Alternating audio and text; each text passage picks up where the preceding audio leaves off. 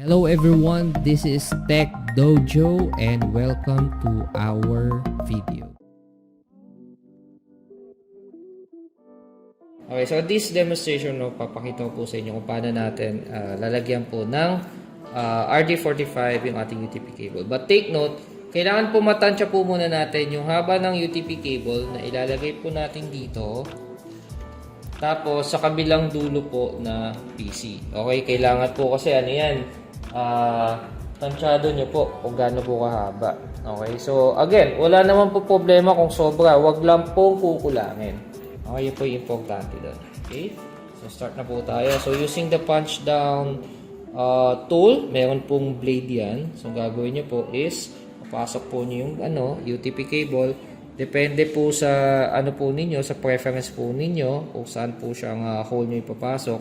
Sa akin kasi mas prefer ko yung sa pangalawa. Then iikot nyo po siya papunta sa inyo. Then tanggalin po natin. Tingnan po natin kung nahiwa na. So kung nahiwa na po, ay much better. Okay, tanggalin na po natin yung balat. Okay. Then color coding po tayo. So ang color coding po natin is T568B, which is we're going to use the white orange variant. Okay, so una, iwalay po muna natin yung mga magkakapares. Okay. And then, saka po tayo mag-color coding. Okay, so unahin po muna natin yung white orange. So, straight po natin sila para no. Then, going to use white green. Okay, then pagsasamahin mo. Then, use blue. White, blue, green, okay, white, brown, and brown. Okay, so pag natama nyo na po yung color coding niya, okay, pagsasamahin nyo po yung mga copper cables. So, i-straighten po natin siya ng ganito para mag-straight po yung yung natin, yung copper cables. Okay, para mag-straight po siya dito. Okay, so pag okay na po siya, so pwede na po natin siya putulin. Pwede po natin putulin ng sobra. So remember, yung RJ45 po natin, okay, so hindi po yan pass-through. So hindi po tatagos po yung copper cable po sa dulo. So kaya kailangan putulin po natin siya. Okay, so using our crimping tool, okay, putulin po natin yung sobra. Okay, so pag naputol na, gamitin po natin yung RJ45. Okay, so paano po ipaglalagay po ng RJ45? So okay, make sure kailangan naka-straight po yan, no? Okay, tapos i-double check nyo po yung color coding niya. White, orange, white, green, blue, green, white, brown, and brown. And then, using this method, okay, saka po natin insert yung ating RJ45. Okay. So, pag nakarating na po natin yung dulo, okay, napansin natin may sobra pa. Okay, so hindi po standard yan. So, babawasan pa po natin siya.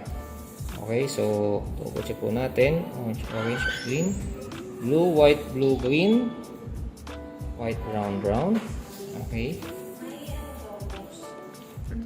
Okay, so dahil sobra po siya, gagawin po natin is puputulin po natin yung sobra. So, putulin po natin siya using the RJ4, using the crimping tool. So, bawasan po natin ulit siya ng konti.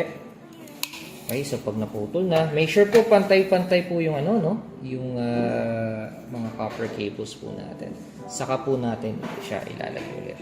Tingnan po natin ulit kung tama po yung color coding, and then saka po natin i-insert po ulit. Okay, so dahan-dahan lang po. Okay, so double check. Okay. So, kung makikita nyo po na na medyo sobra pa po. Bakit? Kasi dapat po yung pinaka-rubberized material ng UTP cable, kailangan po nandito siya sa loob. Okay? Para masabi po na standard siya. So, tatanggalin po ulit natin. So, ayan. Napansin po ninyo na medyo nabengkong. Okay? So, ayusin po natin ulit siya. Orange, white, green, blue, white, blue, green, white, brown, and brown. Okay, so yan na po natin siya. Ito natin siya ulit. Yan. Okay. Tapos, atras po natin, no? Tingnan natin kung another technique, tingnan natin kung maya-atras po natin yung, yung balot po din. Yung copper cable dito sa balot. So, kung ma-atras po natin, much better. Then, ilagay po natin siya ulit. So, make sure na malalagay po natin siya ng maayos. Okay? So, ngayon, pag nakita na po natin nasa loob po yung, yung rubberized material, UTP cable. Okay, so double check po natin. White, orange, orange, white, green, blue, green, white, brown, brown. Then we're going to use our crimping tool. So, atong crimping tool na to ay RJ11 at RJ45. Ang RJ45 ay nasa gitna. So, papasok po natin sa RJ45 using this method. Okay. Then, hawakan po natin maigi. So, habang pinupush po natin itong RJ45 para hindi malaglag, saka po natin iipit. Okay, so once na naipit na, diinan po natin para mag-lock yung pins dito po sa dulo. Okay? So, yun po. I-double check ulit natin sa para makasigurado tayo. Okay? Then, pag okay na, pupush lang natin siya palabas. And then, so meron na tayong finished product ng isang dulo ng UTP cable na may RJ45. If may mga topics po kayo na gustong malaman po at mapag-aralan, please type it in our comment box upang gawan po natin yan ng ating video. Don't forget to like our video, click the subscribe button at notification bell para makareceive kayo ng updates sa ating mga upcoming video. That's all for now and see you in our next video.